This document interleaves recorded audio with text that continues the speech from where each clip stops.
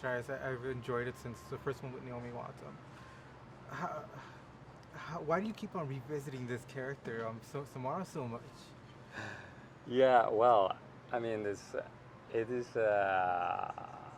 I think it's an iconic character, and people who, myself, I love the first movie. I think First Ring is amazing. I mean, I like Ring 2 in a different way, but I think the first one was great, and the Japanese one was pretty cool too. Hideo was the first one. So I think it's a character that has a lot of classic elements of horror. Has like a drama inside, like a Frankenstein drama too, right?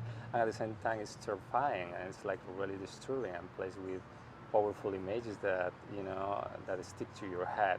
So I think the reason of why Samara gets so much attention is that you can somehow relate to the little girl that suffers so much, and somehow you, in a guilty pleasure way, you enjoy with the revenge of Samara when you see her acting and doing what she's doing, right?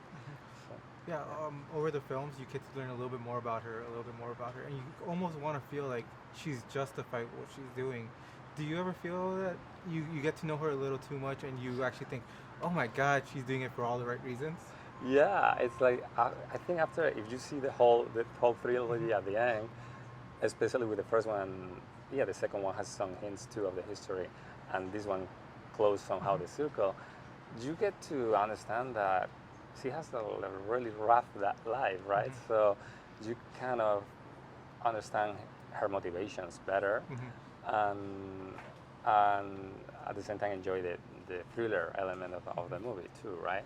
I think it's yeah, every movie that we have worked on, we have seen, give us a little bit of a hint of her past, and I think that's kind of cool too, for especially for the fans that they actually love Samara Morgan, right? Yeah. I really enjoyed this one because it has a very similar feel to the first one. Yeah. Did you go back to the first one and see what worked in order to create this almost the same type of feel for this one? I love the first movie, as I told you. So I actually, when I got the helm of the movie, I talked with Walter Parks, that he's the father of the creator of the first Ring and the second one in the U.S. He wanted to go back to the roots too, and I said, like, if we go in the direction of Ring 1, I can take care visually of the movie like Gore Verbinski did, and I can do like a more precise work as director, and create a visual world that respects the first one with the color, the pattern of textures, and I'm totally in. I will love that. So I think that's one of the things that we try to bring on this one. That despite it's a movie from now, 2017, is still respect the first one in a lot of themes, and despite brings a lot of fresh air and new characters and everything, has the flavor a little bit of the thriller elements and the classic mystery of the first movie.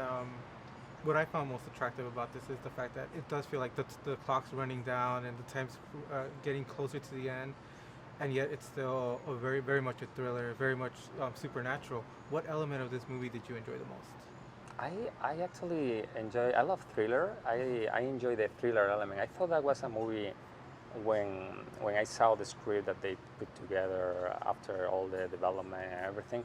I thought it was like a very unexpected movie somehow, because it starts in a direction, explores a little bit of something that actually probably will come back in the next chapter if they decide to put it together, but then goes back to the roots somehow and becomes like a switch genres and becomes like a mystery thriller with still supernatural elements, and become like more intense and more intense till ends like in a full-on horror movie.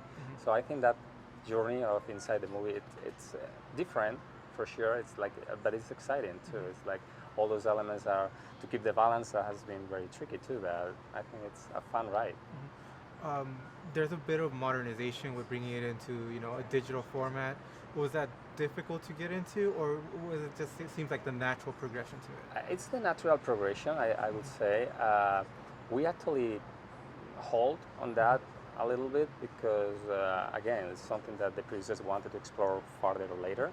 And I thought it was a really cool idea to just give a hint of that, But like, as you say, it's something that progressively, it's something natural to the franchise. It was tricky too because now you have an iPad, you have an iPhone, so how you make it work in the concept of Samari crawling out from a screen, it can feel goofy, it can be, it's tricky. I mean, in a Japanese culture, it's totally okay because it's, they think different, Yeah. but in an Occidental culture, some people could laugh of some of these ideas. So it has been very tricky to do that, but I think the movie managed to do it in an elegant way that somehow is still refreshing and out of the box in some ways, and so I think it was fun.